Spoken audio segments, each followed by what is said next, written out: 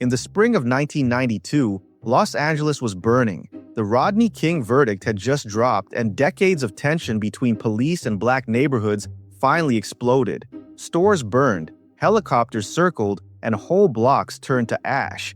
But while the rest of the city tore itself apart, something unexpected was happening in the heart of Watts, a peace meeting between sworn enemies.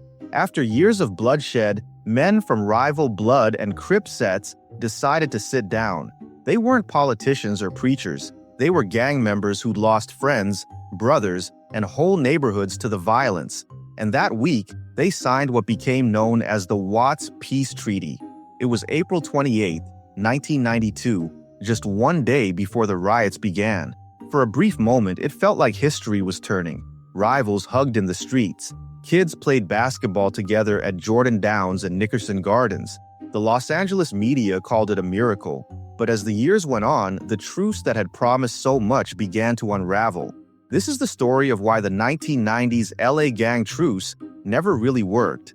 By the early 1990s, Los Angeles had endured nearly 2 decades of violence. The Crips, born in the early 1970s, and the Bloods, formed soon after, had divided South Central block by block.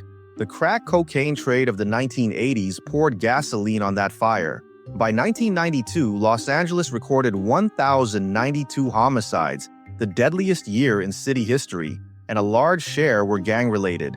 In Watts, 3 housing projects, Jordan Downs, Nickerson Gardens, and Imperial Courts, were some of the hardest hit. Each was dominated by rival sets that had been at war since the late 1970s.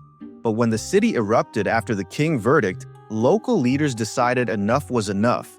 Former gang members, community elders, and activists began hosting secret meetings. These weren't press events or political gestures. They were small, tense sit-downs in apartments and recreation rooms. Men who'd once shot at each other now talking about peace. After weeks of negotiation, they signed the Watts Peace Treaty, promising to stop the killing and open their neighborhoods to reconciliation. When news broke, the world took notice. Reporters flooded Watts. Cameras captured scenes of men shaking hands, holding barbecues, and pledging unity. For a city desperate for hope, it looked like a new beginning. But peace without structure is fragile. The first cracks came fast. The signers had made peace, but the economy hadn't. Many of the men who'd led the truce had criminal records that kept them from finding work. The riots had destroyed hundreds of local businesses, and unemployment in parts of South Central hovered around 25% or higher, especially among young black men. There were no job programs waiting, no government investment to stabilize the change they'd tried to start. Meanwhile, city officials praised the truce publicly, but did little behind the scenes. Activists asked for funding for youth centers, housing programs, and intervention jobs, but support was minimal. To make things worse, police pressure actually intensified. The crash units, anti-gang task forces known for their aggressive tactics, continued sweeping South LA neighborhoods, including Watts. They didn't differentiate between active gang members and peace organizers. Some of the same men who had just signed the treaty were being arrested again within months. For the LAPD, the truce was a nice story for the cameras, but on the street, they treated it as a cover for regrouping. Still, for a while, the peace held. Homicides in Watts dropped through 1993, and some residents finally felt safe walking outside again. Community events, basketball tournaments, and block parties symbolized what many hoped would be a new normal. But outside of Watts, the message didn't spread evenly. The Watts Peace Treaty was never citywide. Each neighborhood in Los Angeles had its own gangs, rules, and grudges. In Compton, Inglewood, and parts of Long Beach, violence slowed but never stopped. Some younger gang members didn't respect the treaty. Others sought revenge for old killings that had never been forgotten. By 1994, while overall crime rates were beginning to fall across Los Angeles, retaliatory shootings still flared up. The peace was holding in some blocks, breaking in others. Part of the problem was leadership. Many of the men who brokered the truce were older, respected, but didn't have resources to enforce it long-term. Without jobs, programs, or city support, there was nothing to replace the gang lifestyle. And without consistent mediation, every small incident risked turning violent again. But even as the truce weakened, it left behind something important: the idea of intervention. Out of the ashes of that treaty came a new generation of street peace workers, men like Akil Bashir, Bo Taylor, and Michael Big Mike Cummings. They had lived a life and knew how to talk to those still in it.